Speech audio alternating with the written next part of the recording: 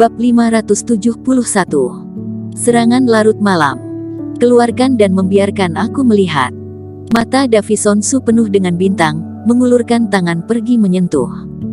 Minggir, bagaimana bisa memindahkan senjata berat dengan santai, ketika pertarungan mulai membiarkan kamu melihat sampai puas.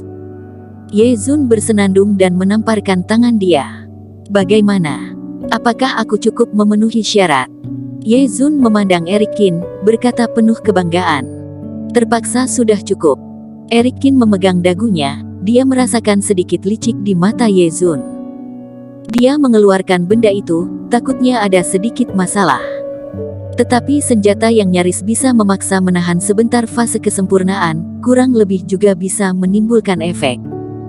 Tetapi aku masih ada satu hal butuh bantuan kamu, benda seperti itu. Apakah kamu punya? Eric Qin kepikiran hal lain lagi, menarik Ye Zun ke samping. Keesokan paginya, Sekte Qin membunyikan bel pertemuan. Kemarin Eric Qin mengumpulkan tulang punggung Sekte Qin, sekali lagi mengumpulkan di ruangan diskusi. Ketua Sekte melihat Eric Qin berjalan masuk, semua orang membungkuk dan memberi hormat dengan wajah yang penuh kehormatan. Semuanya, rencana telah ada perubahan. Duduk di kursi ketua sekte, Eric Qin berbicara perlahan-lahan. Aku telah katakan kemarin, menyerang asosiasi Budo Kota B 3 hari kemudian. Tetapi tidak menyangka, di antara kita muncul pengkhianat. Dia melambaikan tangan, Skarman masuk dengan tubuh lesu. Badan orang tersebut penuh dengan luka, tampaknya baru saja disiksa dengan kejam. Inilah orangnya, ternyata menjual berita kepada semua pihak untuk mendapatkan keuntungan. Untung saja ditemukan oleh wakil ketua sekte Yan. Semua orang terkejut, tidak menyangka ada orang seperti ini di antara mereka. Orang tersebut telah dihapuskan oleh aku untuk berkultivasi dan dikeluarkan dari sekte. Jika ada seseorang yang berkolusi dengan orang luar lagi, menjadi pengkhianat dan ditemukan oleh aku, akan membunuhnya tanpa belas kasihan. Ekspresi Eric Qin serius, matanya menyapu, semua orang menundukkan kepala dan tetap diam.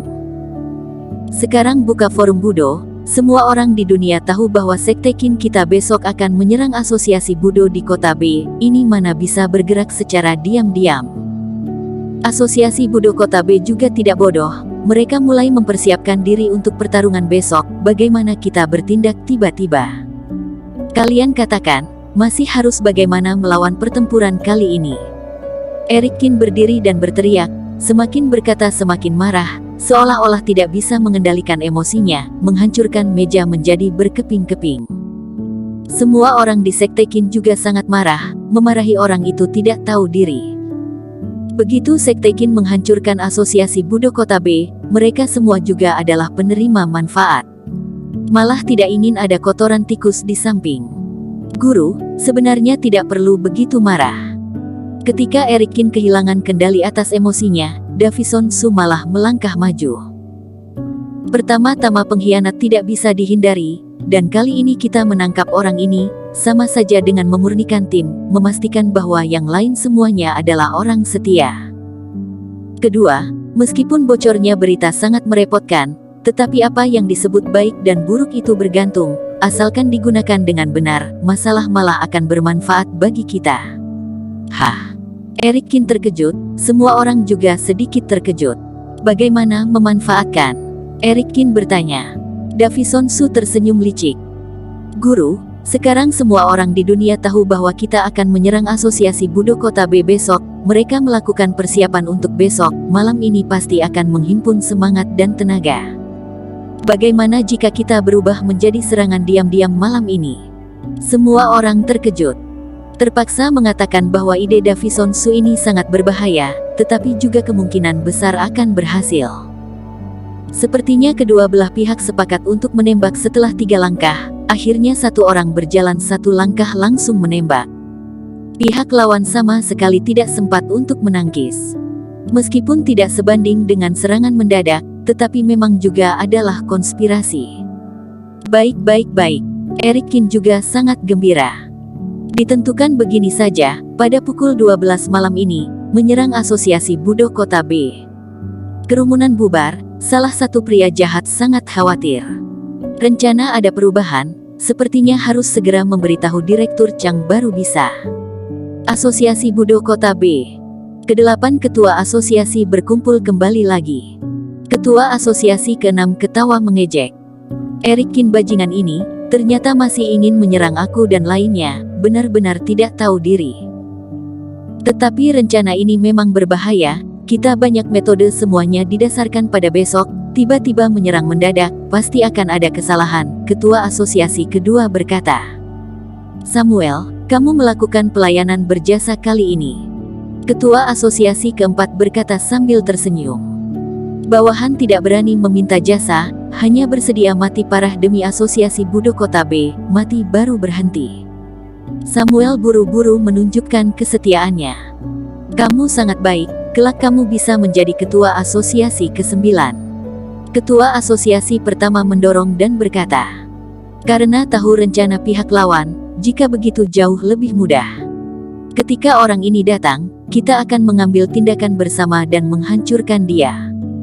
Ketua asosiasi ke-6 memasang sebuah ekspresi dingin. Ekspresi wajah para ketua asosiasi kota M rileks, mereka seolah-olah sudah melihat momen Eric Kin dimakamkan di tangan semua orang. Tempat kutub utara, angin bertiup kencang menusuk tulang. Suhu di sini di bawah nol sepanjang tahun, orang biasa sama sekali tidak dapat bertahan hidup. Dan di sebuah pulau kecil yang seluruhnya tertutup es, seorang lelaki tua dengan tubuh reyot sedang berjuang untuk menyempurnakan balok es yang tinggi. Di lautan es tidak jauh dari sana, sebuah perahu kecil perlahan-lahan menerobos es tipis dan menuju ke pulau. Di atas perahu kecil, berdiri seorang wanita berkerudung dengan jubah hitam. Perlahan-lahan merapat di sisi pulau kecil, wanita itu turun dan berjalan di belakang lelaki tua itu, juga tanpa berbicara, hanya berdiri diam begini, seperti sebuah teratai hitam yang mekar di dunia. Orang tua itu juga terdiam, tangannya memegang berbagai alat, terus-menerus sedang memahat di atas es. Kemudian es batu semakin lama semakin kecil, sebuah patung es dewa secara bertahap terbentuk. Di tengah angin, pernapasan lelaki tua ada sedikit tidak teratur, sepertinya melakukan semua ini, membiarkan dia sangat sulit. Setelah beberapa saat, patung es telah terbentuk, lelaki tua itu membuang pisau pahatnya, wanita itu menyerahkan sebuah handuk. Orang tua mengusap dahinya dan berkata, apakah kamu ingin kembali ke kota B? Dia sedang melakukan hal yang sangat berbahaya, aku tidak bisa tidak pergi. Finola Su menghela nafas. Tetapi kamu tahu, sekarang menjauh dari dia, baik untuk kalian berdua. Lelaki tua berkata dengan sungguh-sungguh. Aku tidak akan tinggal lama, asalkan melihat dia aman, aku akan pergi. Finola Su mengertakkan gigi dan memohon. Kamu datang mencari aku hari ini adalah demi meminjam senjata fase kesempurnaan kan? Orang tua beristirahat sebentar, lalu mulai berdentang mengurus patung es lagi. Anda tidak bersedia bergerak, aku terpaksa meminjam senjata fase kesempurnaan untuk membantu dia. Ambil saja. Orang tua menghela nafas dalam-dalam dan tiba-tiba berkata. Kemudian dia melambaikan telapak tangan, patung es ini ternyata berangsur-angsur mengecil, berubah menjadi sebuah patung seukuran telapak tangan, jatuh ke tangan Finola Su. Finola Su menundukkan kepala melihat ke sana, patung es ini sama sekali tidak halus, bahkan agak kasar, hanya pipinya yang bisa kelihatan adalah seorang pria muda, tetapi begitu memulainya, sebuah nafas pahit muncul di wajahnya. Nafasnya sangat dingin, sepertinya bisa membekukan dunia ini. Finola Su membungkuk memberi hormat, lelaki tua melambaikan tangannya, berbalik badan untuk melanjutkan pemrosesan es batu lainnya. Berharap bisa terkejar. Finola Su pergi dengan ringan, berdoa dalam hati secara diam-diam. 1 hari berlalu dengan cepat, malam hari pun tiba. Asosiasi Budo Kota B, sepertinya masih sama seperti sebelumnya, seolah-olah tidak ada perubahan apapun.